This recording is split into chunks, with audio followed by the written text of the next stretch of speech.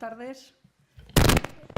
Os saludo en nombre de la Fundación José Barreiro. Yo soy Pilar Varela y el acto que hacemos en el día de hoy, lo primero, agradeceros de corazón que estéis aquí, a las personas que os habéis desplazado hasta Mieres, porque estamos un poco por toda Asturias. Queremos también abrir el debate a toda Asturias y hoy estamos encantados de estar aquí. Mieres forma parte esta conferencia o este diálogo entre Jorge Arévalo y Javier Cueli de un programa más amplio, que es lo que os hemos presentado en el vídeo. Estamos empeñados en pensar en positivo y en pensar con una perspectiva larga, que es Asturias 2050. Dijimos una serie de palabras importantísimas, todas ellas en el vídeo: concienciada, auténtica, competitiva, y eso queremos desmembrarlo analizando aspectos. Y en el día de hoy pues vamos a reflexionar sobre el reto de la formación profesional. Estamos en el inicio de un curso, lo hemos estado comentando a lo largo de estos días, que desde luego en Asturias se le ha prestado una atención especial por parte de los medios de comunicación al inicio del curso en la formación profesional. Creemos que como país estamos en un empeño con esta nueva ley del año 2022 de poner valor a la formación profesional, porque sabemos que ahí estamos construyendo el futuro desde ir construyendo ya el presente en el que estamos. Y la verdad que es un lujo venir a reflexionar sobre los retos de la formación profesional. También comentaba con Ángel, el director general, que la expectativa estaba alta. Ahora la cuestión también es irla cumpliendo. Pues os decía que tenemos a dos personas que conocen la formación profesional, vamos, de una forma espectacular, porque los dos han sido profesores de formación profesional muchos años, 24 en el caso de Jorge, y también muchos y en cargos directivos Cueli aquí en Asturias, en la Laboral y en otros centros, y también los dos han estado al frente de la gestión de la formación profesional a nivel de los gobiernos. En el caso de Jorge, pues más de 20 años siendo director general y muchos de ellos viceconsejero de formación profesional, con lo cual tenemos un lujo de verdad tenerlo aquí. Y Cueli de la misma manera, hasta hace muy pocos meses, creo que fue en el mes de mayo que hubo el cambio, que se organizaron las consejerías de otra manera en el Gobierno de Asturias, era también el director general, primero de formación profesional y después de planificación de la formación profesional. Sin más, tenemos poco tiempo porque a eso de las 8:20 más o menos vamos a tener que dejar la sala y vamos a plantear una primera cuestión así de abierta, que es que cada uno de ellos nos traslade su reflexión sobre los retos de la formación profesional ante un mundo en transformación digital, sostenible, ecológica, todas las transformaciones que estamos viviendo, los retos de la formación profesional. Le vamos a dar un poquito más de tiempo a Jorge, que ha venido de más lejos. Le vamos a dar un poco más de tiempo. Harán esta primera intervención y después seguiremos el diálogo con ellos. Y no menos de 20 minutos también vamos a tener para que podáis intervenir desde el público, las personas que queráis. Nos están siguiendo muchas personas que también le agradecemos por streaming online, con lo cual cuando hablemos desde el público tenemos que hablar con micrófono, porque todo ello se graba. Pero bueno, no es ningún inconveniente. Y sin más, Jorge, bienvenido a Asturias. Muchas gracias. Y puedes ya empezar. Bien, ¿me escucháis? Sí, estupendo. Bueno, yo he preparado una... No sé muy bien cuál es el formato y por si acaso había preparado una presentación que imagino que ahora aparecerá por aquí, si lo preguntan desde allá. Pero...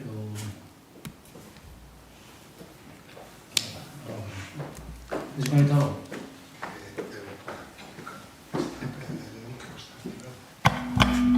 Ahora sí, perdón.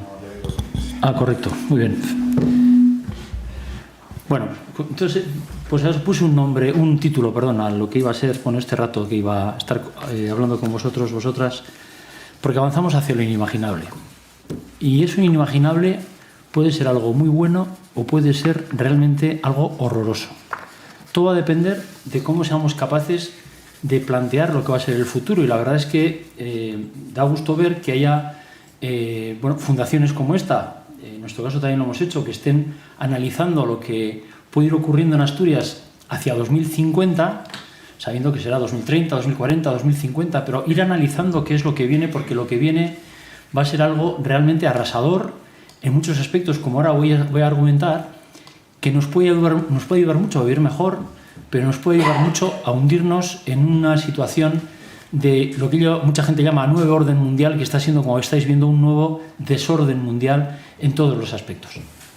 Dentro de ese desorden mundial, porque se ha roto todas las reglas ahí en la geopolítica, en el comercio, en la economía, estáis viendo, se está reventando todo, en las alianzas que ha habido a lo largo de la historia en el planeta, todo esto que nos está generando, que nos afecta a todas y a todos como ciudadanos europeos, bueno, españoles, europeos, en el mundo, todo esto, además, que al final lo que estás haciendo, pasas la página del periódico, cambias el canal de la televisión, pues ya te estás hartando, y si ves que estás un poco ya machacado con todo lo que estás escuchando, al final lo que pides es otra ración de croquetas, a ver si te pasa la depresión. Pero el contexto está en que esa reconfiguración del mundo, tenemos que darnos cuenta que no solo está en 4 o 5 personas que están poniendo todo, perdonadme la expresión, patas arriba, sino que además el mundo está avanzando en un contexto, sobre todo en el ámbito tecnológico, que va a hacer que el mundo en 10 años sea algo diferente a lo que hemos conocido a lo largo de toda nuestra historia.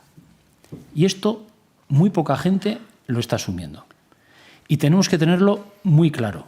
Los que vamos siendo mayores, pues hombre, nos preocupa, pero algo menos. Los que sois jóvenes, evidentemente tenéis que estar muy atentos, muy atentas a lo que va a pasar y la preparación que debéis de tener y la preparación que la formación profesional tiene la obligación de transmitir a todo el alumnado para que esté preparado ante lo que viene, pero también y sobre todo a las personas que ahora están trabajando y que no deben de perder su puesto de trabajo. Todo esto nos lleva a que hasta ahora hemos ido trabajando básicamente, desarrollándonos como seres humanos en base a unas certezas. Esas certezas, evidentemente, lo que nos decía era saber qué podíamos esperar, qué podíamos creer y cómo debíamos de actuar. Y a partir de ahí, con esas certezas, bueno, pues íbamos. Y no íbamos mal, a veces bien. Bueno, hemos ido avanzando a lo largo de la vida. Y sin embargo, la encrucijada histórica en la que estamos en este momento es porque en la historia del ser humano nunca ha habido una tecnología que nos puede llegar, en su caso, hasta sustituir. No digo que como seres humanos, pero sí como trabajadores. Esto no ha pasado nunca. Que una inteligencia artificial tenga capacidad de decisión significa que tenemos una inteligencia en paralelo a la inteligencia humana. Y si pensamos dentro de 15 años quién va a tomar las decisiones, si la inteligencia humana o la inteligencia artificial, estaremos todas y todos de acuerdo que será el ser humano quien tiene que tomar las decisiones. Pero para que eso sea así, la preparación de las personas tiene que ser diferente a la que hemos ido haciendo hasta ahora. Siempre desde mi punto de vista. Quiero decir, con toda humildad, y cómo lo hemos ido haciendo nosotros o cómo nos hemos preparado para esto. Bueno, ¿qué ocurre? Que tenemos que ir definiendo cómo queremos vivir, cómo vamos a trabajar y cómo nos vamos a relacionar en un mundo diferente. Ese contexto genera una gran tensión entre la estabilidad que queremos como seres humanos y lo que el mundo nos transmite, que es incertidumbre y complejidad, que, por cierto, va a durar mucho tiempo. Por lo tanto, tenemos que asumir cómo somos capaces de vivir en esa incertidumbre y complejidad. Y como decía Winston Churchill, vamos a pasar momentos malos, ya se perciben. Me imagino que lo estaréis percibiendo. Bueno, como has estado en un gobierno muchos años, has visto cómo cómo ha ido evolucionando todo. Sabemos que vienen momentos complicados, saldremos adelante como hemos hecho otras veces, pero van a ser complicados. Y decía Winston Churchill que si quieres atravesar el infierno, no te pares. Lo cual quiere decir que las reflexiones están muy bien, pero luego hay que poner en acción eso que has reflexionado y las decisiones que has podido tomar. De ahí la importancia del trabajo de los gobiernos, porque el reto ya no va a estar en predecir el futuro. El reto va a estar en prepararnos para diferentes futuros posibles. Ahí va a estar, posiblemente, al menos desde nuestro punto de vista, la respuesta a lo que vamos a necesitar. No prepararnos para algo, un mundo, no, para varios. Diferentes situaciones que van a ocurrir y que además irán alternándose en muchas medidas. Muchas veces escuchas, no, yo en el futuro tengo fe. Mira, no tengas fe, ten un plan. Y luego toda la fe que quieras. Requiere un plan estratégico, un plan de trabajo, que la formación profesional, que la industria, que la agricultura, la ganadería, que la salud, tienen que tener planes para lo que se nos viene encima. Porque van a desaparecer muchos puestos de trabajo. Millones de puestos, como dicen, muchos puestos de trabajo. pero se van a transformar millones de puestos de trabajo. Y en esa transformación va a haber gente que a día de hoy está trabajando, que va a perder su puesto de trabajo, que lo va a ocupar otra persona que trabaja como él, pero maneja una tecnología que él no trabaja, que él no la sabe manejar.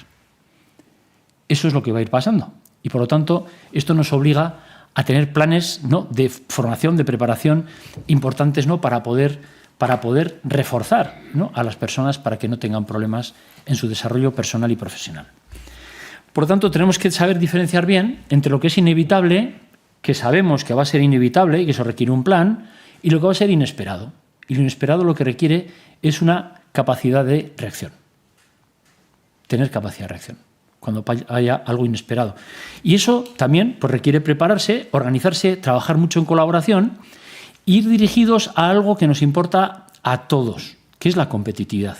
En su caso, la competitividad de Asturias, porque es fundamental. Y se habla poco, se habla mucho en gobierno, se habla mucho en el ámbito más industrial.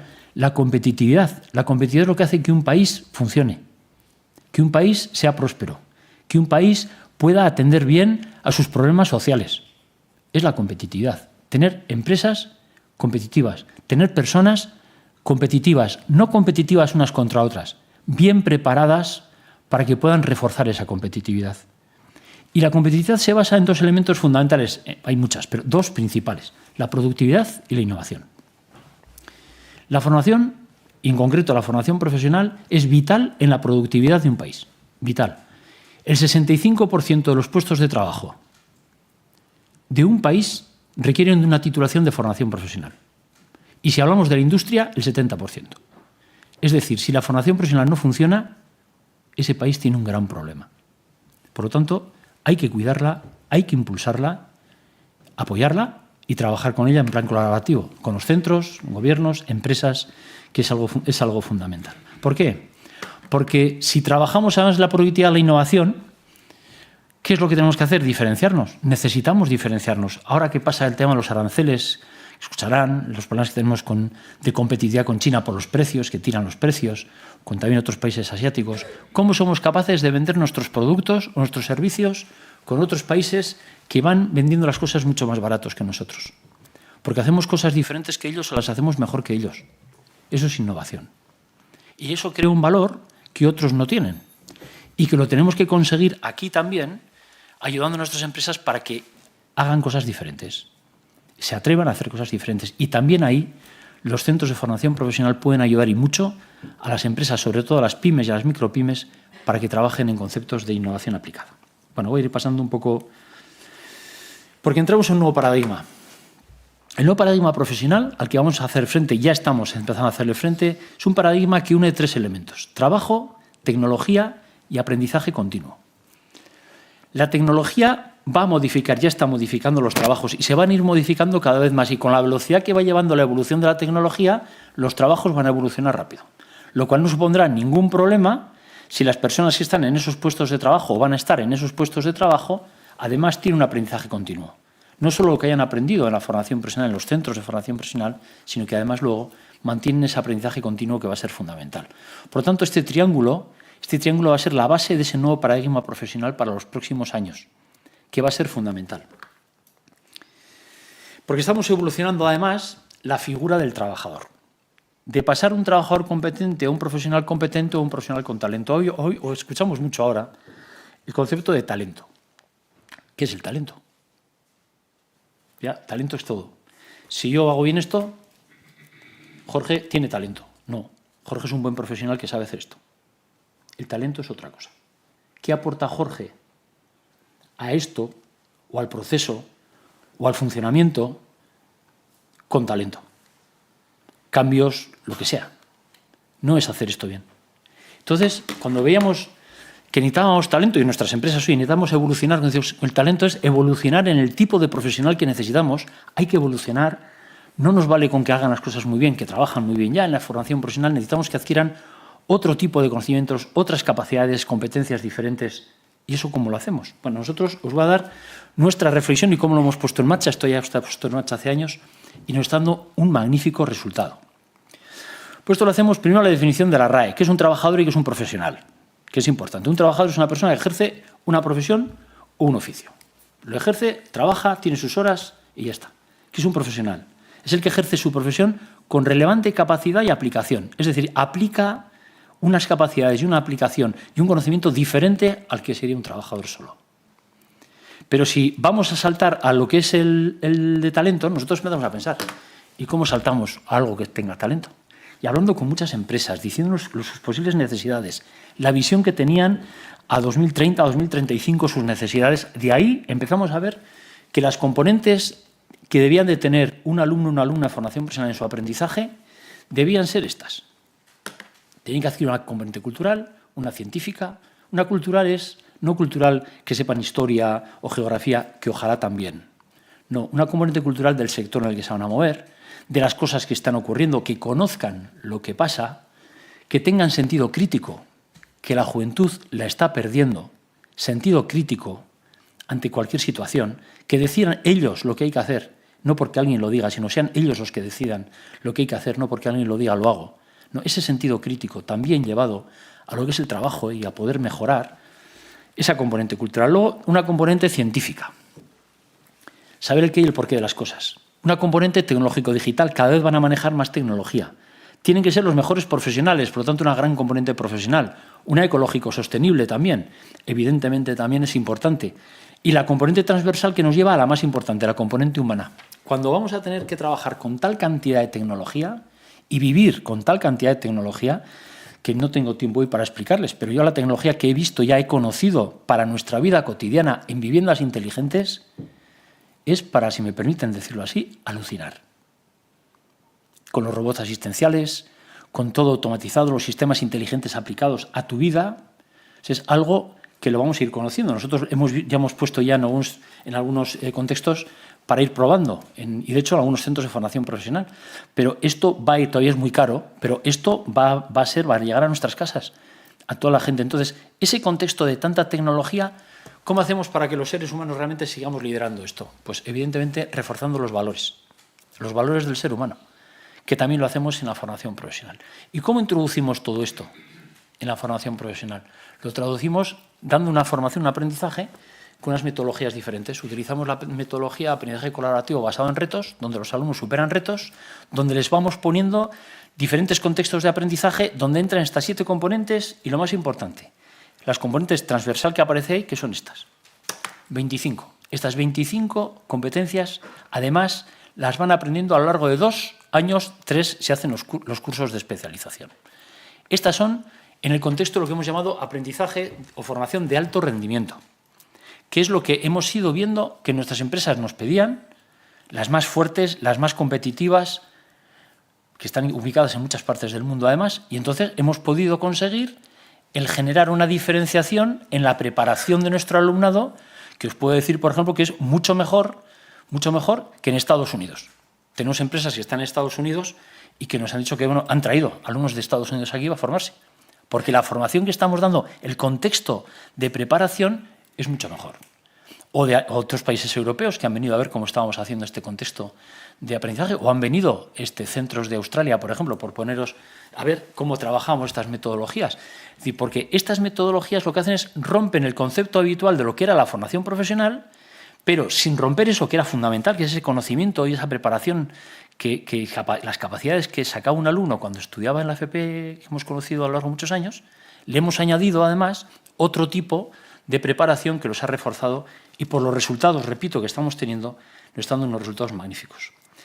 ¿Qué cambia de paradigma? También, bueno, si nosotros miramos para atrás y os fijáis, yo os preguntaría, oye, en el trabajo vosotros, en vuestro centro, en vuestra empresa, ¿estáis haciendo lo mismo que hace 15 o 20 años? Si penséis y decís sí, pues estáis hundidos. Estáis hundidos. Quiero decir que hay que hacer algo.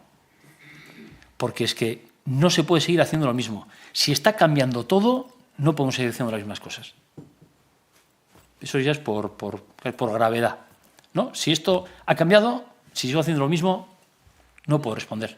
Por lo tanto, tengo que modificar. Entonces, los centros de FP, que han sido los centros de toda la vida, nosotros somos los vuestros, los politécnicos, escuelas de maestría, luego los politécnicos, ahora centros integrados. Bueno, tenemos 70 centros integrados, muy potentes. Bueno, pero son otro tipo de centro. ¿Y qué hemos hecho? Pues generar un tipo de centro preparado para el futuro, que da respuestas ahora, da respuestas a lo que necesitan ahora, pero los hemos preparado para lo que va a ir viniendo. Y les hemos denominado centros de formación profesional inteligentes. ¿Y qué consiste eso?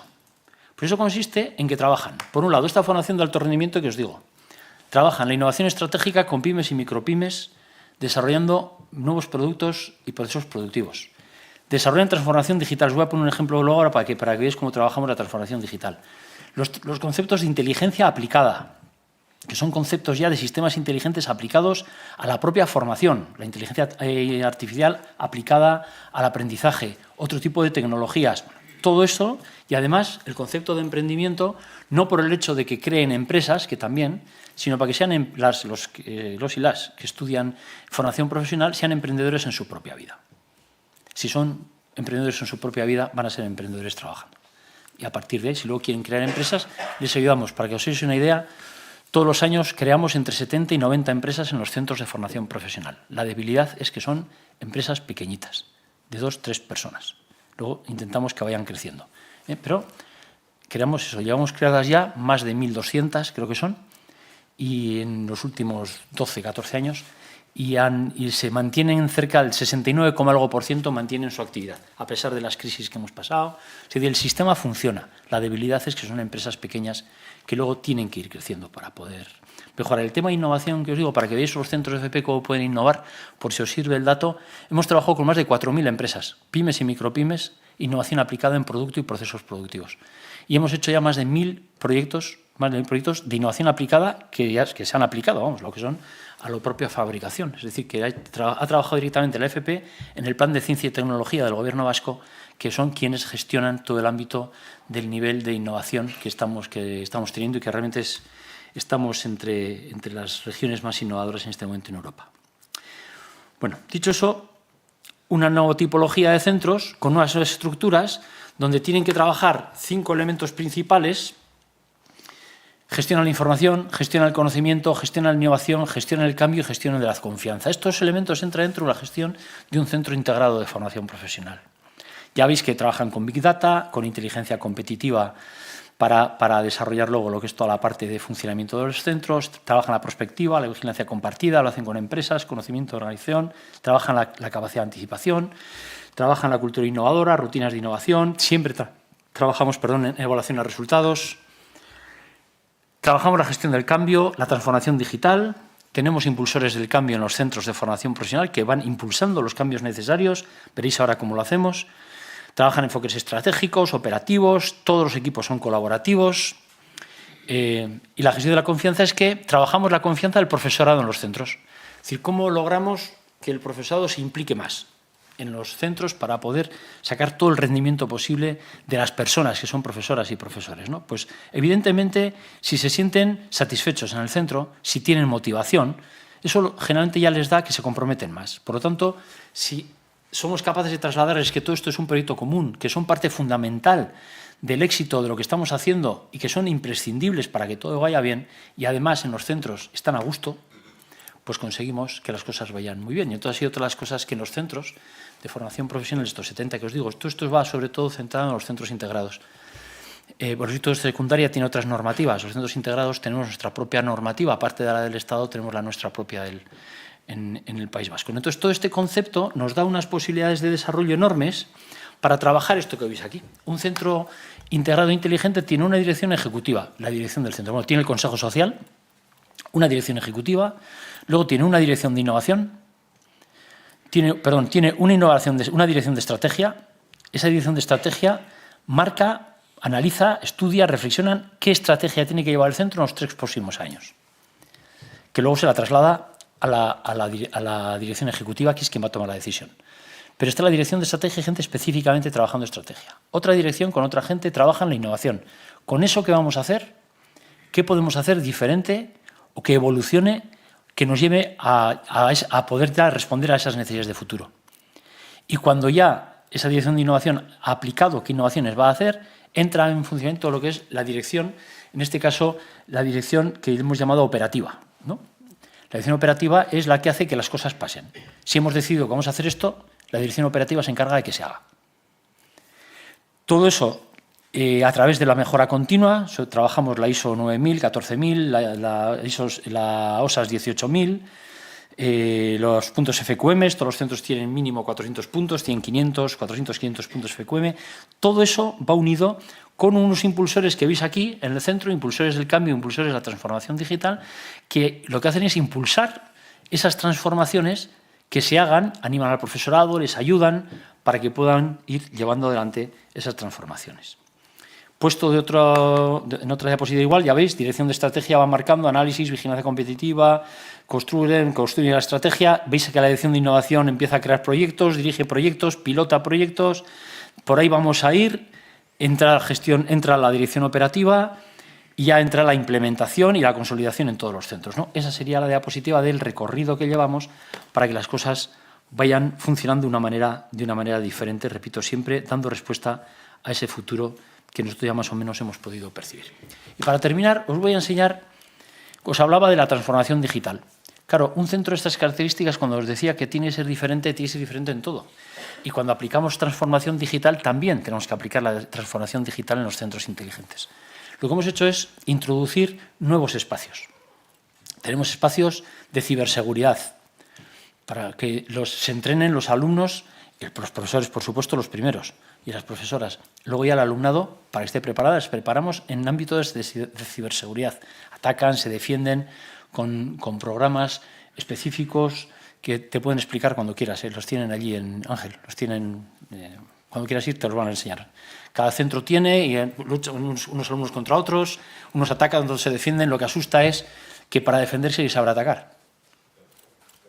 Y les enseñamos a atacar, pero se les enseña la vuelta también. Quiero decir que no hay que tener miedo, es como la inteligencia artificial. Ese miedo que se le tiene que prohibir, no, prohibir en absoluto, al revés, porque ellos van a manejar seguro inteligencia artificial. Hay que enseñarles a manejar bien la inteligencia artificial, que es lo que estamos haciendo. Y cuando estudien, trabajen en inteligencia para que trabajen. Yo cuando he dado clases, que algunas he dado últimamente también, porque para echarles un cable, para que os hagáis una idea, les decía, mira, yo trabajo en edificación y obra civil, era mi especialidad, ¿no? Proyectos. Y les decía, me vais a presentar un proyecto hecho por inteligencia artificial. Estructuras, el cálculo de estructuras, todo por inteligencia artificial. ¿Vale? Vais a prepararlo, vais a hacer, joder, encantados todos. Ahora vais a hacer lo mismo sin inteligencia artificial. Pero decíamos, sí. Ahora vosotros.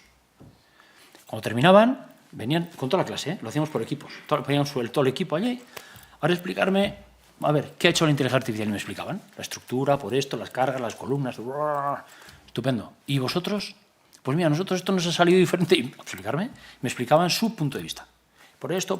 Y ahora, de los dos, ¿cuál vais a elegir? Porque con eso os voy a puntuar. Ya les puntuaba de antes, si las ponía un poco más, ¿no?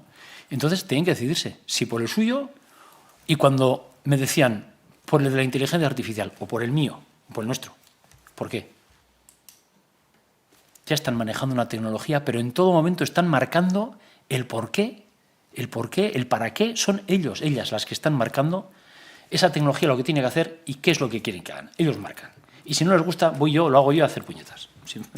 Dicho de una manera coloquial, ¿no? Bueno, entonces fijaros, esto es un espacio... Ya terminó, ¿eh? Sí.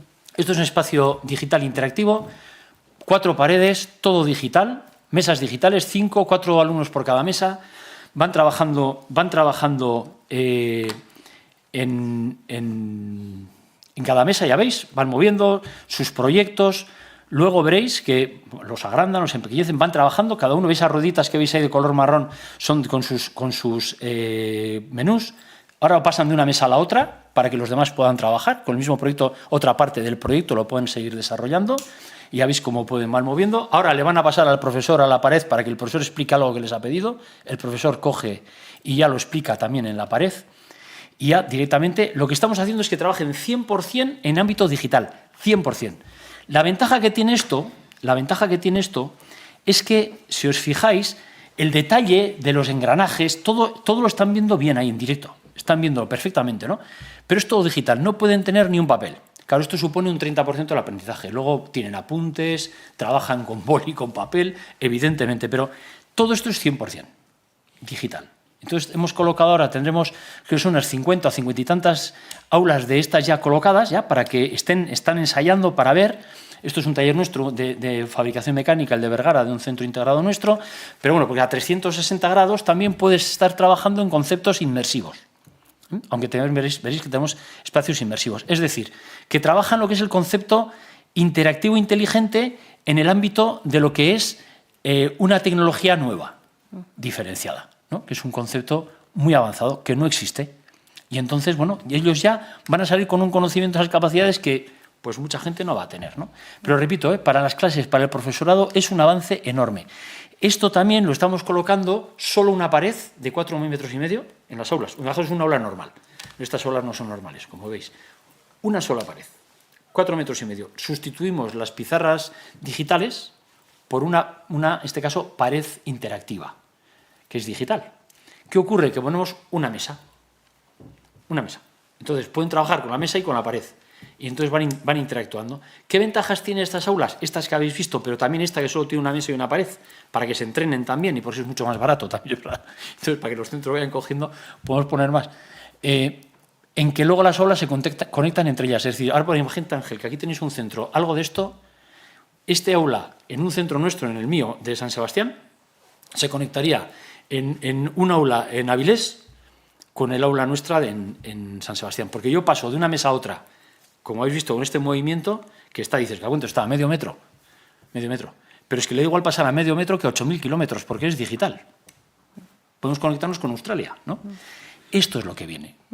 Esto es lo que viene. Por eso os digo que, ¿esto es necesario ahora para nuestro alumno? No es necesario. ¿Habría esto es vital? No, no es vital.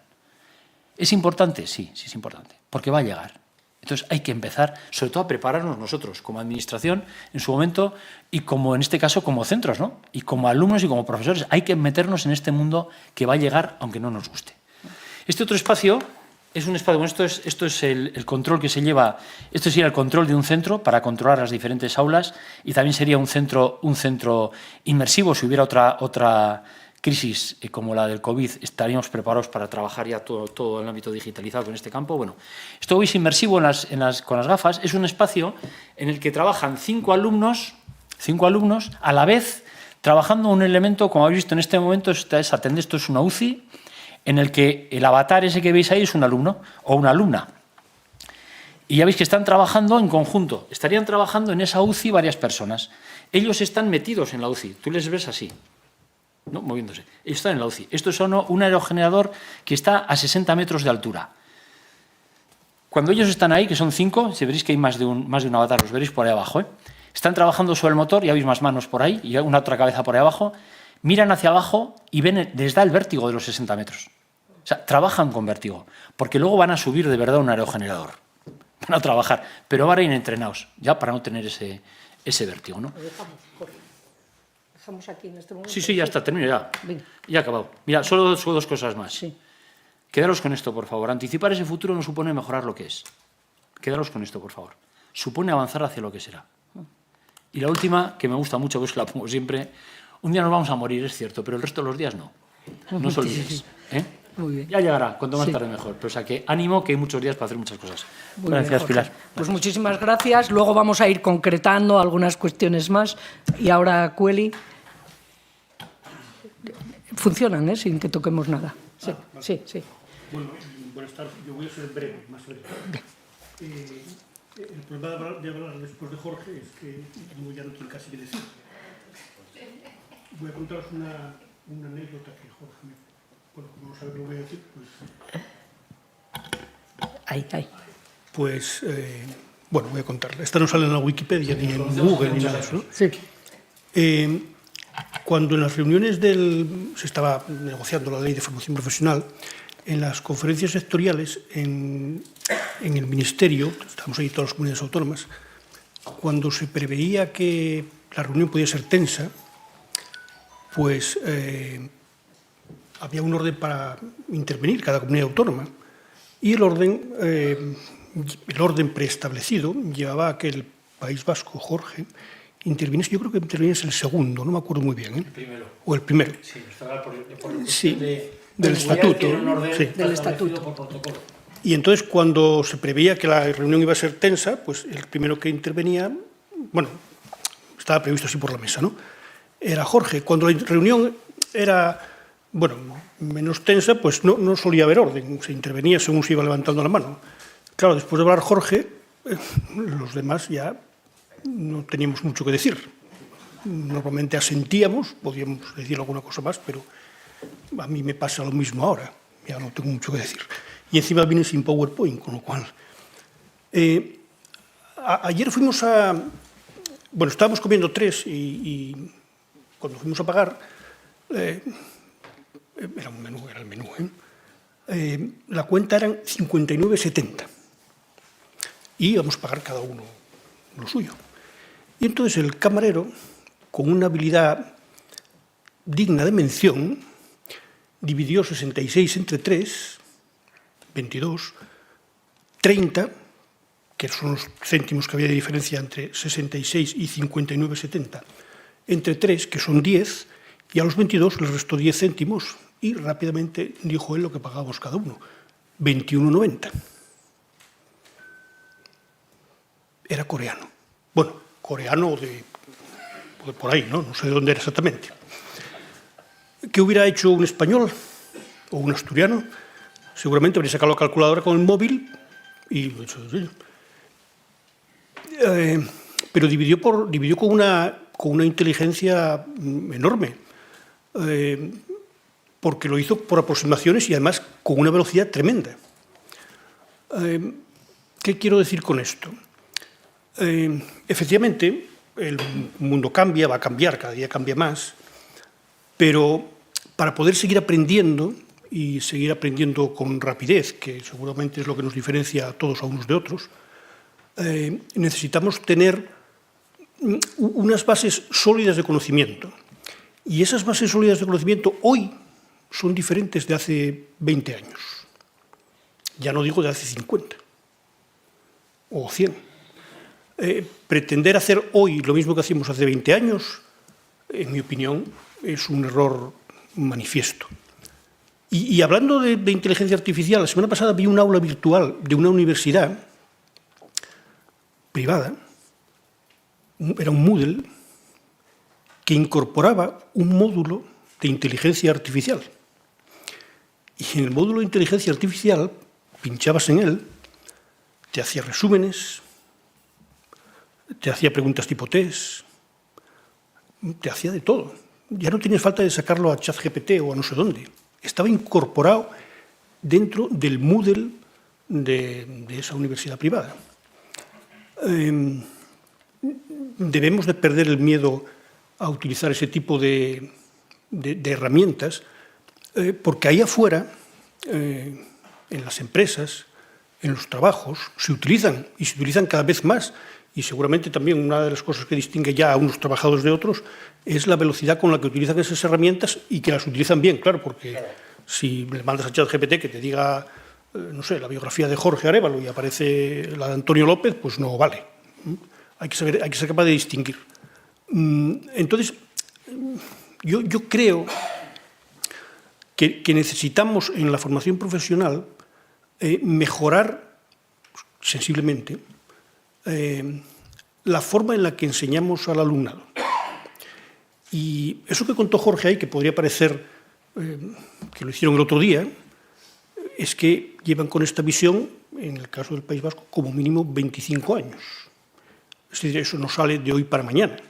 No es posible que el profesorado sea capaz de interactuar con el alumnado trabajando por retos, utilizando inteligencia artificial, utilizando la digitalización, 2 o 3 profes en el mismo aula de distintos módulos allá a la vez, sin que se molesten unos a otros o que les importe unos a otros lo que están haciendo, sin que esos profes previamente hayan tenido una inmersión importante, considerable, en cómo enseñar al alumnado y que hayan tenido cierta implicación en cómo hacerlo. Sin eso no es posible. Así que, ¿cuál es el reto para el futuro? Bueno, el reto para el futuro seguro son muchos, pero uno de los retos que sin duda alguna hay en la formación profesional es mejorar la capacitación, la formación del profesorado, la formación continua, porque la formación de base ya se supone que la tenemos.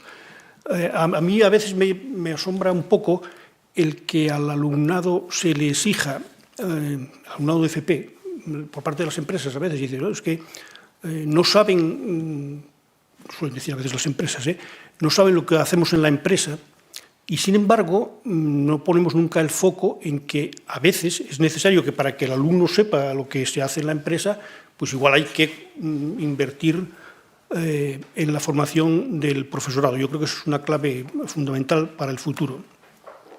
Y lo que diferencia a la formación profesional de otras enseñanzas son precisamente las empresas. En otras enseñanzas no está la empresa, no participa en la universidad un poco, pero tampoco mucho.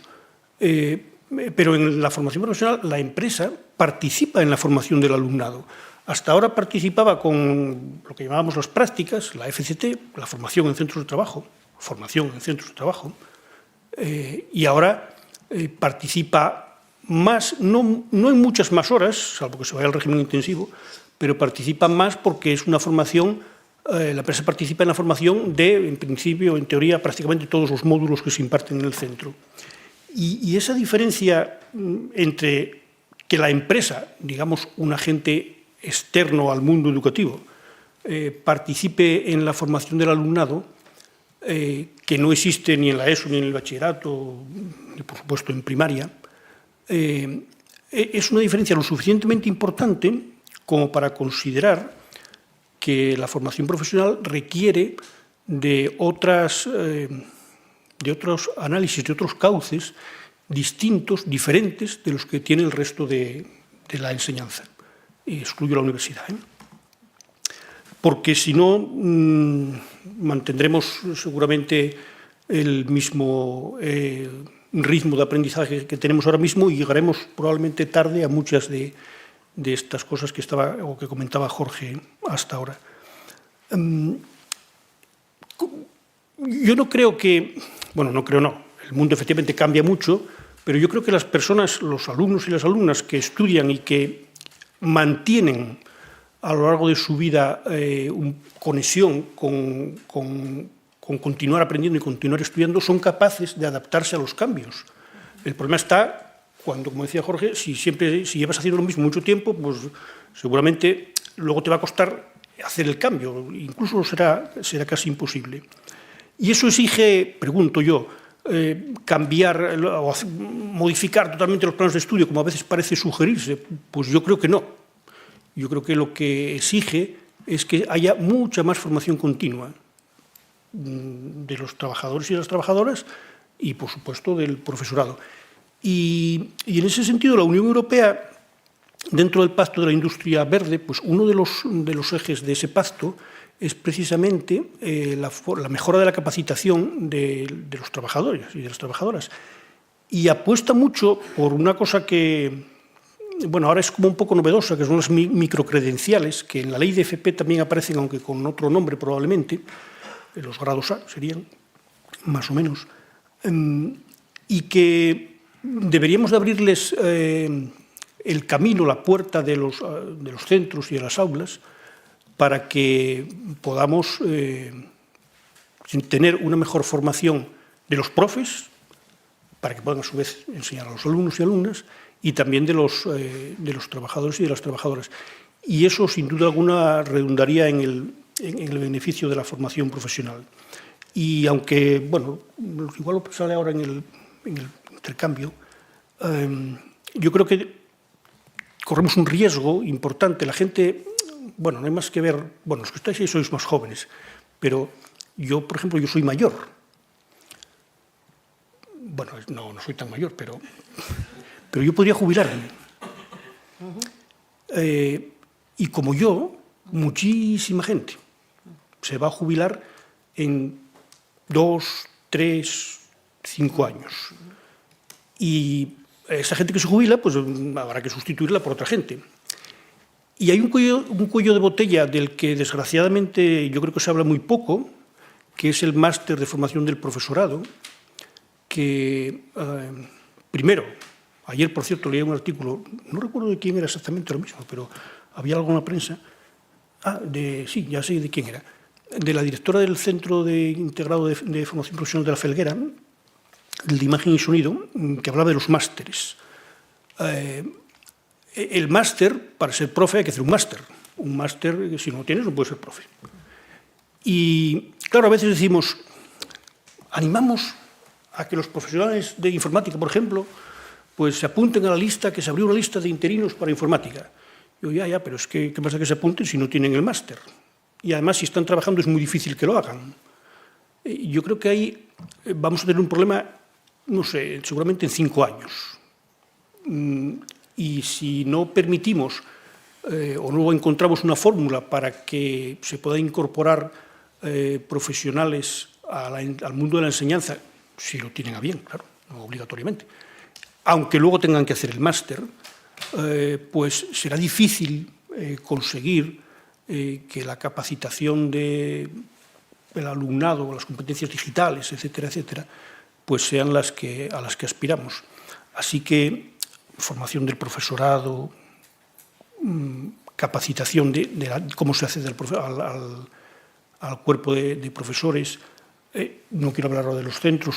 Jorge ahí habló de los centros, ¿cómo los llamabas? De alto rendimiento. Centros integrados inteligentes. Centros integrados inteligentes. Bueno, basta que sean integrados, lo de inteligentes se lo supone. Exactamente. Todo eso requiere de muchísimo esfuerzo y de muchísimos cambios, creo yo, y de muchísima planificación. Bueno, yo ya termino. Muy bien, muchas gracias, Javier. Vamos a darle una vuelta de un poco más de concreción a la cuestión y un diálogo entre los dos, 10 minutos, para que luego vosotros digáis lo que queráis preguntar desde el público. Yo, respecto al País Vasco, quisiera que Jorge, a ser posible, porque esto no es una idea de Jorge, aquí la cuestión es que hay un plan detrás. Jorge, todo lo que nos ha contado, Jorge es responsable de 5 de los 6 planes que hay de formación en el País Vasco. Es decir, ellos van haciendo sus planes de formación, ahora están en el 6º plan y Jorge es responsable de 5 de esos 6 planes. Entonces, a mí, por ejemplo, una cuestión que siempre me ocurre cuando hablo del País Vasco es que todo el mundo dice, sí, pero es que los vascos tienen mucho dinero. Y yo siempre digo lo mismo, sí, hay que invertir dinero, efectivamente, pero fundamentalmente yo creo que lo que hay es un proyecto. Entonces quisiera que Jorge, si es posible, si es así, como lo estoy comentando yo, nos afirmes como las cuestiones fundamentales. También te he escuchado decir que un decreto es fácil de hacer, o una ley.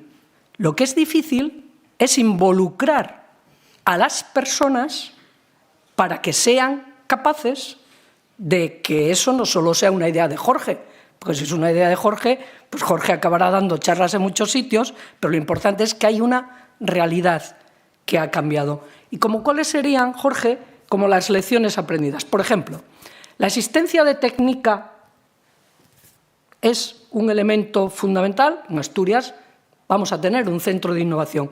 ¿Cuál es el papel? ¿Cuál es el papel de vuestro diálogo con los empresarios? Primero, si estás de acuerdo en eso que digo yo, sí. Que no todo es dinero, o todo es dinero. Bueno, el dinero, evidentemente, el dinero es importante, pero claro, el dinero lo gestiona un gobierno y prioriza dónde utiliza ese dinero, dónde va a invertirlo. Y cada gobierno puede decidir, ¿no?, en qué tipo de infraestructuras va a invertir. El gobierno vasco puso la formación profesional como una prioridad. Entonces, hemos podido hacer muchísimas cosas porque hay un proyecto de gobierno en el que cuando hemos ido desarrollando esto 22 años en el gobierno. Y siempre que hemos hecho un plan, si os fijáis en los planes de formación profesional, el primero fue en el año 1997, para que os deis una idea, el último fue en 2023, 22, perdón. El hecho está en que ese plan que hemos hecho FP entra dentro de un plan conjunto del propio gobierno, el plan industrial, o sea, todo el desarrollo de transformación digital, o sea, tiene un sentido en cuanto a que somos una parte importante de un desarrollo que está muy por encima de nosotros también, ¿no? Entonces, evidentemente eso requiere inversión, requiere apoyo y eso lo hemos tenido. Por lo tanto, el dinero es importante, pero lo importante es la decisión de un gobierno que apoya algo porque ve que es prioritario para esa evolución, esa competitividad del país que os decía anteriormente.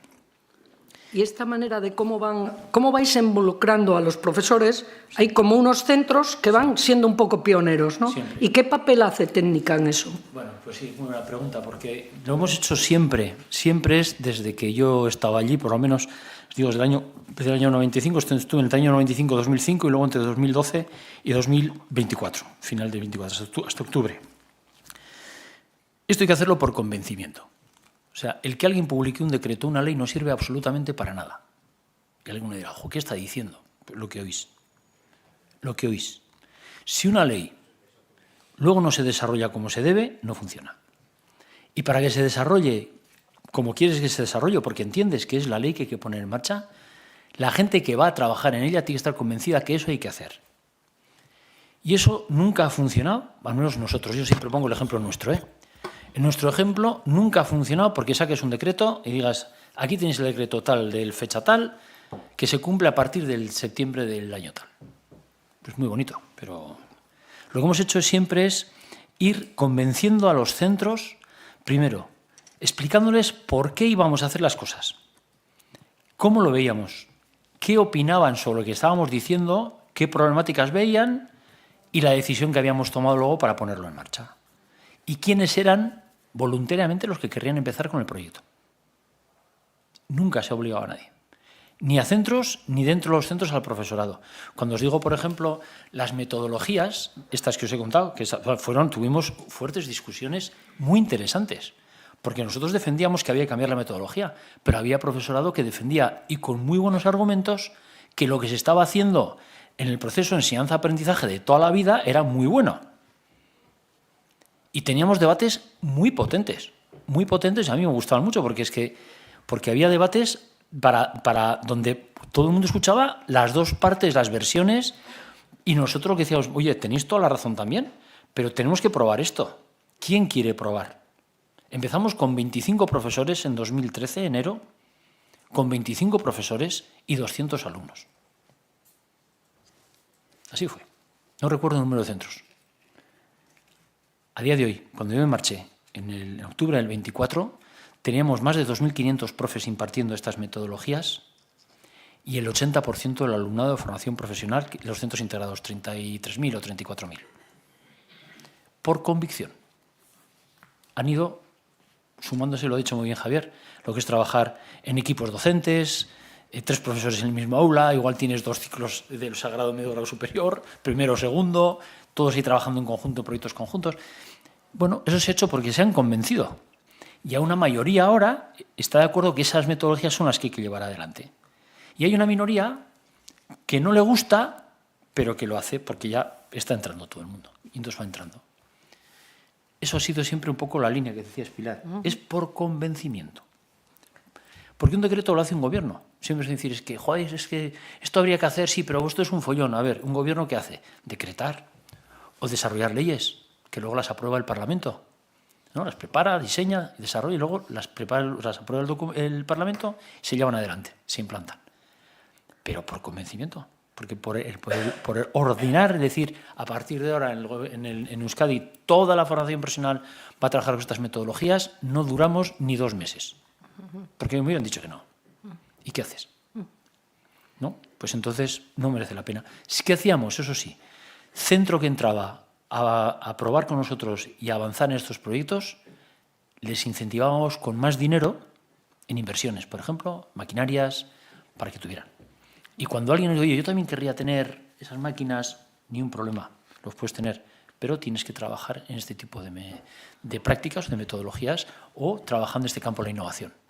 Y entraban, y entonces tenían. Si no entraban, bueno, pues ya, si queréis ir, y entraréis. Nunca discutíamos. Y eso poco a poco ha hecho que tengamos 70 centros integrados, 44 públicos y 26 concertados que trabajan en red, todos juntos, con los mismos proyectos. Pero porque se han convencido. Imaginaos trabajar la pública con la concertada. Y al principio también aquello era muy complicado. Y ahora, sin embargo, o sea, es algo que es impensable que no se trabajen en conjunto. Nos ha dado una fortaleza enorme, ¿no? Pensad que en Euskadi el 41% del alumnado está en la concertada. Nosotros aquí en Asturias también va a haber un centro de innovación, ¿verdad? En formación profesional. Willy. Sí, digo que también de alguna manera estamos mirando Sí. futuro. Sí. Lo miramos con sana envidia. Y Es que veo que Jorge no ha acabado hablando de técnica. Ahora ya te digo luego. Y dimensionando las cosas, a ver, cualquiera que haya visto técnica, la primera vez que uno va a técnica, sale de allí, Jorge, deprimido. Porque dice, joder, Dios, ellos tienen esto, yo no tengo nada. Luego cuando se va acercando a la frontera y va llegando a Asturias, ya lo va madurando un poco más, y dice, bueno, a ver, igual, aunque no tengamos un técnica, podríamos tener algo parecido. Igual, técnica es una apuesta de hace 25 años, más o menos. Del año 2005. 20 años, que yo lo conocí en el 2010, me parece, fue evolucionando, fue cambiando, y yo creo que, bueno, las comunidades autónomas que ahora tienen un centro de innovación, Galicia, Aragón, Valencia también me parece que tiene uno, nosotros, la fuente de la que bebemos todos es técnica, pero yo creo que todos debemos dimensionar, primero con respecto al tamaño que tenemos, y segundo, teniendo en cuenta que ellos iban un camino andado muy importante. Jorge ahora, por ejemplo, decía, fuimos convenciendo, al principio empezaron, no sé cuántos profes dijiste, 20 o no sé cuántos, y al final hay 2000. Claro, igual, si todos los demás hiciésemos lo mismo, igual cuando lleguemos a que haya 2000, bueno, en Asturias serían unos 1200, ya hay que cambiar. Es decir, como vamos, bueno, como vosotros esto lo ibais estudiando desde hace 20 años y lleváis 20 años estudiando estas tecnologías y metodologías, ya habéis llegado hace unos 5, 6 o 8 a la conclusión de cómo lo tenéis que hacer, y seguramente dentro de 10 años estaréis haciendo otra cosa un poco diferente. Yo creo que los que vamos un poco a rebufo debemos de ser, en mi opinión, más drásticos, entendiendo, por supuesto, que tiene que haber una parte, no sé si llamarlo de voluntariedad, no me atrevería a decir eso, pero el modelo se demuestra. Por cierto, modelo que hay un informe de la OIT del año, creo que es 2000, en el que ya hablaba también de ese modelo que tenéis vosotros, bueno, es de un profe alemán.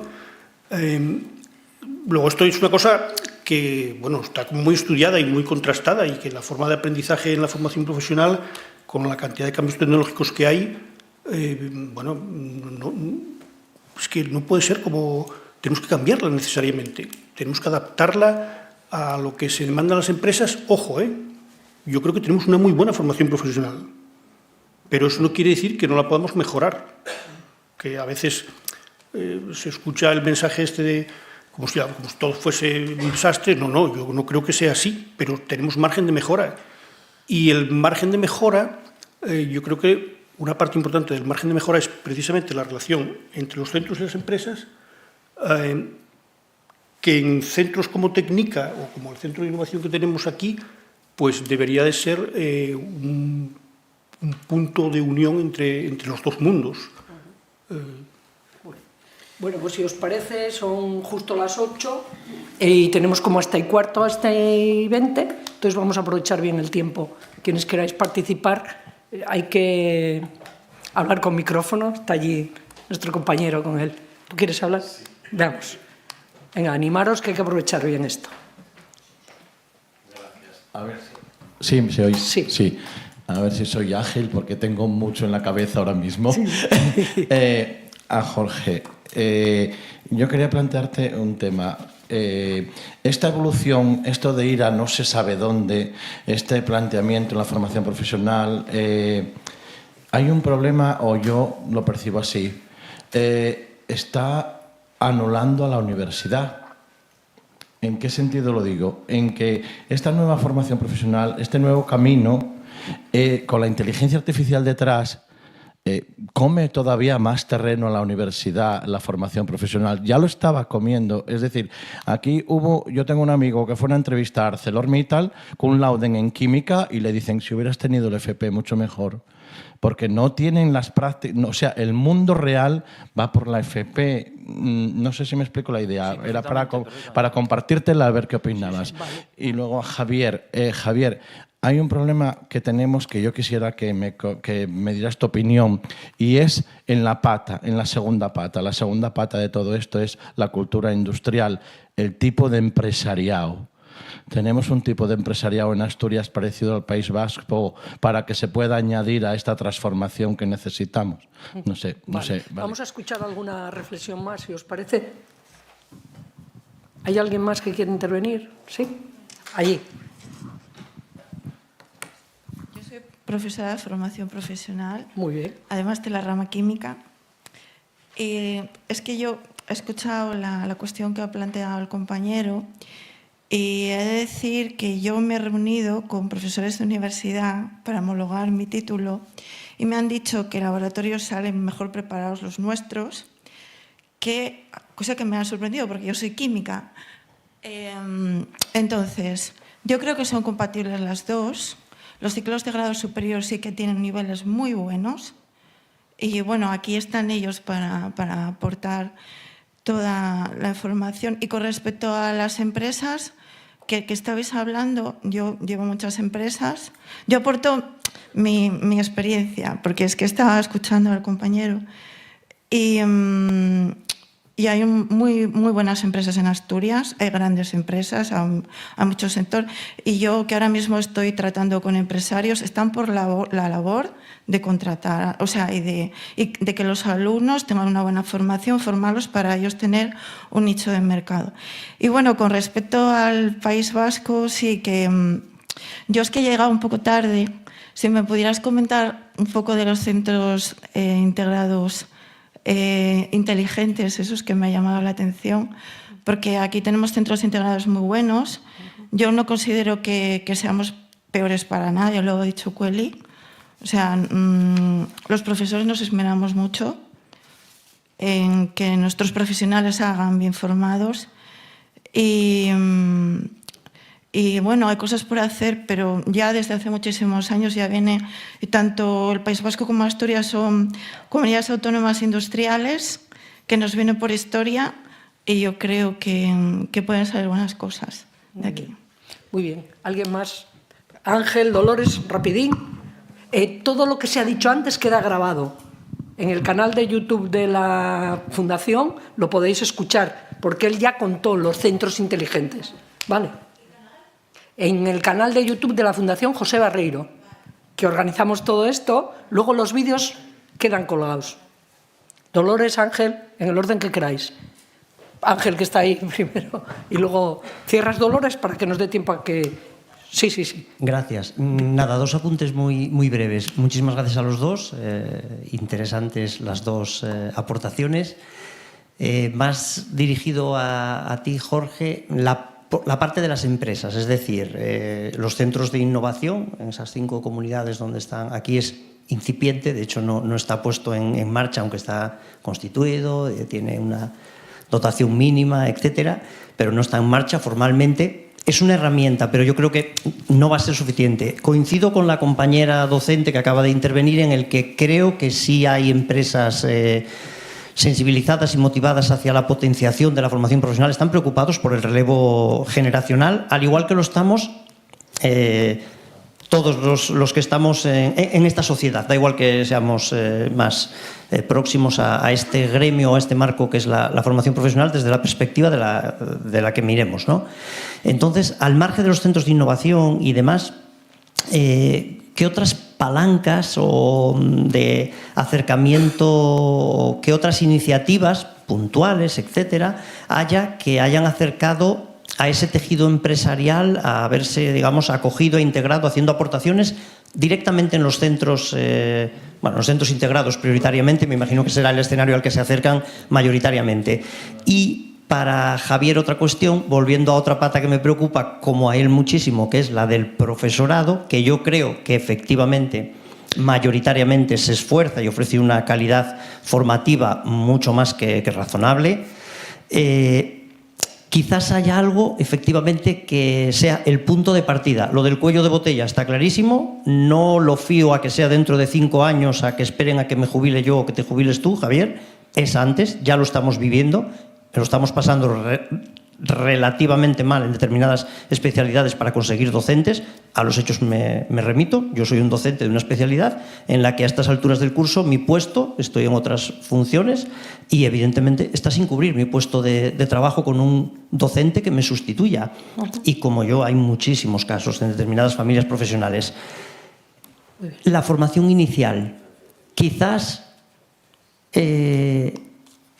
no el máster, y sí apostar por una tutorización de la fase de prácticas mucho más guiada, mucho más activa, mucho más conducente hacia metodologías de trabajo colaborativas, es decir, que no sea la formación previa, sino que esté integrada dentro de esa fase inicial que todo funcionario o funcionaria pasa en lo que conocemos como escenario de prácticas, o llámese como se quiera, ¿no? Una tutorización, mentorización, otras fórmulas que sean ya en el desarrollo profesional de los primeros años en la docencia. Muy bien. Gracias. Queremos resolver lo grande y lo pequeño, ¿eh? Vamos, Dolores. Muy breve, gracias por la exposición. Sí. Y a Jorge, que allá en el 2001 nos invitó a todas las comunidades autónomas a ver lo que se estaba haciendo en el País Vasco, en un congreso, y nos llevó a Mondragón. Claro, yo preguntaba, ¿y todas estas máquinas y esto? Y nos decían, colaboración con las empresas. ¿O han cambiado mucho nuestras empresas? Puede ser. O yo pensaba en Asturias y digo, si por tener los alumnos en las empresas nosotros teníamos que pagar en aquel momento. O sea, la diferencia de concepción era importante. Como hay que seguir aprendiendo de la FP del País Vasco, yo creo que cuando una cosa está dando resultado, lo mejor es hacer inmersiones también de formación del profesorado en el propio País Vasco. Es una propuesta. Y el tema del profesorado de la FP a mí me preocupa y mucho, porque me parece un error monumental lo que la ley hizo impidiendo que profesores de formación profesional con el título de técnicos superiores tengan que ser licenciados. Entonces, una química puede estar poniendo rulos en una peluquería, que ya me diréis, soy química, por eso lo digo, porque sí me dejan presentarme a las oposiciones de tal, y una técnico en estética, pues a lo mejor en este caso sí podría, porque son de los especiales, pero me entendéis. Vale. Eso solo una cosa, o se toma en serio el máster para que aprendan pedagogía, psicología y no sé cuántas cosas más que se ven. Vale. Por favor, revisar el tema de formación del profesorado, los que seguís teniendo alguna responsabilidad en formación profesional para los técnicos. Vale. Carmen, cerramos, ¿vale? ¿Hablas? ¿Tú al final del todo quieres? Ah, vale, pues ellos contesten. Vale, gracias. Vale, gracias. Y respecto a lo que me decías de la universidad con la OFP, que nosotros lo veíamos también, y había una cierta preocupación tanto por la universidad como también por la formación profesional. Lo que hicimos fue acordamos con ellos cómo podemos desarrollar la conexión entre la FP superior y la universidad, los grados universitarios. Entonces tenemos puestos en marcha, creo que son 149 itinerarios que unen ciclos de FP con grados universitarios, donde se reconocen los créditos de lo que has estudiado en FP. Y normalmente pueden más o menos un curso, se elimina, es un 2+3. Allí los grados son de 4 cursos, ¿no? Son 2+3. Con eso lo que hemos podido demostrar es que podemos trabajar juntos y segundo, que la potencialidad que le damos al alumno y alumna que ha hecho FP y luego universidad, en este caso un grado, adquiere un conocimiento mucho más potente que se ha ido solo por el bachiller o se queda solo con la FP, ¿no? Entonces ahí lo hemos solventado bien y con las 3 universidades que tenemos, una pública y 2 privadas, con ellas hemos trabajado de esa manera. O sea, que en ese aspecto está funcionando bien. Lo que me comentabas de la relación centros con las empresas, el éxito empezó cuando empezamos a dar formación continua, que se llamaba continua, en nuestros centros a personas que estaban trabajando en las empresas. Es decir, que nuestros centros eran la base, por acuerdo de gobierno. El gobierno fue quien decidió que los centros los centros reglados, que se llamaban entonces, impartieran la formación no reglada, ¿no? Como mayoritariamente. Eso dio un conocimiento entre las empresas, primero, de que ya se apoyaban en centros, se conocían, mandaban a sus trabajadores, se formaban. Luego empezamos a hacer diagnósticos de necesidades de formación, porque las empresas no sabían qué formación tienen que dar, sobre otras pequeñas, medianas, pequeñas y muy pequeñas. Entonces se empezó a adquirir una relación mayor que acabó trabajando ya en el campo de la innovación. También en que si quieres hacer innovación en un producto, un centro FP te va a ayudar a hacer esa innovación en el producto. Eso ha supuesto que tenemos centros en todas las comarcas, en algunas comarcas más de uno, y entonces hay centros que se relacionan con 300, como aquí, con muchas empresas, pero no solo se relacionan en el ámbito de las prácticas, sino que ya se relacionan para cualquier cosa. Cualquier cosa que necesiten las empresas saben que si van a un centro de FP, ese centro de FP les busca una solución o se va a encargar de trasladar la necesidad a otros centros o, en su caso, a la Viceconsejería de Formación Profesional para buscar la solución. Eso nos ha dado un trabajo en red muy potente entre los centros, las empresas y la propia administración también, ¿no? Que ha sido la forma de ir trabajando. Pero es que esto empezamos hace muchos años también. Y poco a poco, pero todo empieza por un primer paso, ¿no? Que es lo importante. Y sí, bueno, lo que decía Dolores, lo que has comentado es una cosa que peleamos a fondo, te acordarás, porque no estábamos de acuerdo, los que éramos de formación profesional, que a los profesores técnicos no pudieran trabajar, pero eso fue ya una decisión directa de la ministra Isabel Celaá, que era la responsable, y ella tenía que decidir que eso no admitió cambiar, porque sí admitió cambiar muchas cosas. Tengo que reconocer que en la ley se cambiaron muchas cosas de lo que las comunidades aportábamos, pero esa en concreto a mí también me pareció un error y así lo dejé claro, pero es así. Hay 10 especialidades donde los profesores técnicos pueden impartir sin mayor problema. Y el resto pues son profesores de secundaria, de los que vienen a impartir, con los problemas que supone sustituir un profesor técnico en mecánica, en fabricación mecánica, en fin, todas esas movidas que lo sabemos perfectamente. Javier, sí, cerramos. Rápidamente. Bueno, una cosa que... No sé si esto... Yo no sé por qué nos empeñamos los profes de FP a veces para poner la formación profesional con la universidad. A mí me parece que la universidad tiene su campo y la formación profesional tiene el suyo, y el decir, por ejemplo, que un ingeniero no sabe soldar, pues claro, solo faltaba. Si supiera soldar, era un soldador que después había hecho ingeniería. El ingeniero no sabe soldar, sabe hacer cálculos de estructuras que no sabe hacer el soldador. Entonces, yo creo que cada cosa tiene su campo y no conviene entrar en esa especie de polémica a veces de es que los alumnos de FP sí que saben de prácticas. Bueno, los de la universidad igual no lo saben, pero igual tampoco pasa nada. Entre otras cosas porque en general, ojo, en general, tienen una capacidad de aprender mucho más rápida que el alumnado de formación profesional. Igual que uno de grado superior tiene una capacidad de aprender en general mucho más rápida que uno de grado medio. Esto, en fin, es así y tampoco hay que darle muchas vueltas. Yo no entraría nunca en discusión con la universidad. Yo creo que son cosas diferentes. Y, por cierto, el que en algunos grados universitarios se pueda acceder desde la FP, y eso, bueno, acceder se puede acceder a todos, pero no suponga, el haber hecho FP no te suponga, como alumno de la universidad, una mochila de difícil arrastre, sobre todo los primeros años, me parece que es imprescindible. Voy a poner un ejemplo, ya que estamos en una escuela de ingeniería, un alumno que haya hecho, por ejemplo, mecatrónica industrial, pues accede a la escuela de ingenieros, pero su ventaja competitiva la tiene en tercero o en cuarto. En primero y en segundo no tiene prácticamente ninguna ventaja.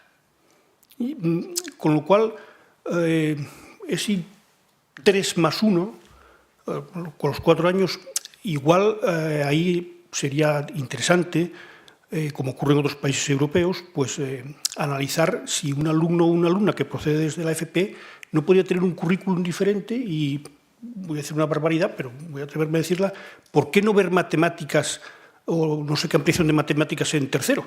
Y a lo mejor no las ver tanto en primero, ¿no? Bueno, y luego, a ver, las empresas asturianas son casi como las vascas. O sea, no, casi. Bueno, yo era porque estás tú aquí. Casi.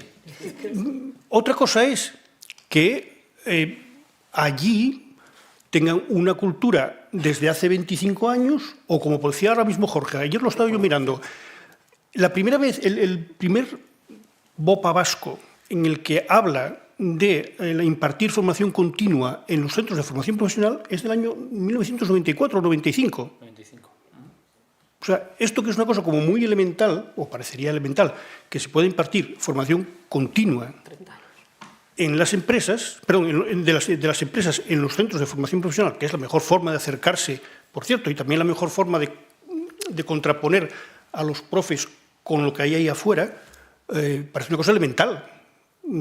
Ellos lo llevan haciendo 30 años y, bueno, pues ese es el camino, o debería ser el camino, no parece que haya otro.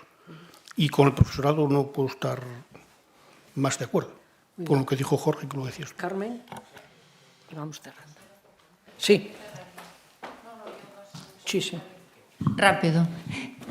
Bueno, daros gracias a ti, Pilarina, que es estupenda, y a Jorge y a Cueli y a conocidos. La verdad es que tienes que saber que cuando pensamos en esto de la FP, enseguida pensamos en ti, en el País Vasco. O sea, saliste a colación rápido. Y bueno, Cueli por añadidura, porque ahora tiene experiencia en varios campos y también nos podrá ilustrar ahora que estás en industria. Bueno, la verdad es que las conferencias, que si te apetece las puedes seguir, Jorge, los empresarios que estuvieron y que hablaron, Pilar, sí, te he de recordar, sí, la verdad que se mostraron, tuvieron una actitud positiva, echar para adelante, invertir, es decir, que no pudieron tener más expectativas mejores, bueno, mejores respecto a lo que pueden, lo que va a venir ya sabemos que está complicado, ¿no? Pero la verdad es que se mostraron siempre a favor, vamos, siempre en positivo, y fueron empresas potentes y nos hablaron de todo el comercio exterior que tienen, las relaciones internacionales, que abrumaba solamente de pensar que desde Asturias, o sea que yo pienso como Cueli, que las de aquí deben ser parecidas a las vuestras. Otra cosa es que haya. Y luego, totalmente de acuerdo contigo, tiene que haber un plan estratégico, tiene que creerse verdaderamente en que hay que hacer 4 cosas fundamentales pero bien, y bueno, a ver si es posible. Como Cueli y yo estuvimos un tiempo trabajando, sabemos las dificultades, pero oye, habrá que ser optimista. Yo los de las empresas, la verdad que nos pareció muy positivo. Entonces, que sepáis también que esto lo vamos a traducir en una propuesta escrita. Queremos que esto quede, el equipo de trabajo, tenemos ilusión en que esto quede para el futuro, es decir, que no solamente sea algo que estamos hablando, reflexionando y todo eso, sino que haya también una proyección por escrito, pues también, oye, para a los poderes públicos mostrárselo. Oye, mire, esto es lo que hay. ¿A usted qué le parece? ¿Invertiría en esto? ¿Cree que debemos trabajar por esta línea? Y entonces, bueno, creo que en ese sentido el equipo de la Fundación y el equipo que estamos trabajando en esto tenemos bastante optimismo. Pero bueno, gracias por todo, y en nombre del equipo y del equipo grande y el más pequeño, gracias por habernos ofrecido esta estupenda propuesta. Muy bien. A la Pilarina. Muy bien. Muchas gracias. Muchas gracias, Carmen. Bueno, Carmen, claro, ha sido consejera de Educación, aparte de ser la directora de la Fundación José Barreiro, que os decía que somos quien organizamos todo este ciclo de conferencias, y no quiero levantar esta sin deciros que la próxima será el próximo jueves, día 2, y vendrá Eva Alcón Soler. Ella es la rectora de la Universidad Jaume I y es la presidenta de la Conferencia de Rectores de España, de la CRUE, y estará a las 7 de la tarde en el Paraninfo de la Universidad de Oviedo, en Oviedo, y el tema es la transformación de la educación, o la educación ante los retos de la digitalización. Luego, a lo largo del trimestre, abordaremos sanidad, servicios sociales, cuidados, es decir, estamos intentando abarcar como las cuestiones fundamentales, analizándolas en lo actual, pero pensando en la perspectiva hacia el futuro. Yo creo que la de hoy ha sido súper interesante, o sea, muchísimas gracias, Jorge y Javier, porque lo que decía Carmen ahora es verdad. Cada vez que hemos hecho reuniones con empresarios, que están todas grabadas, las podéis ver, 2 de ellas que se hicieron, todos hablaron de la importancia de la formación profesional. Es decir, que estamos como un tema que es central a lo de hoy, a lo que tenemos que construir con todos los cambios y para no dejarse apoyar por el futuro, porque el futuro será lo que también nosotros todos vayamos construyendo. En ese sentido, pues muchísimas gracias a los dos, muchísimas gracias a las personas que habéis venido aquí y también a las que nos han seguido por el canal, y deciros que quedan, y todas están colgadas, es decir, que si tenéis interés por qué dijeron de la inteligencia artificial, qué dijeron del medio rural, porque hemos ido abarcando, bueno, el programa está por ahí, es súper amplio y continúa hasta final de año. Vale, gracias.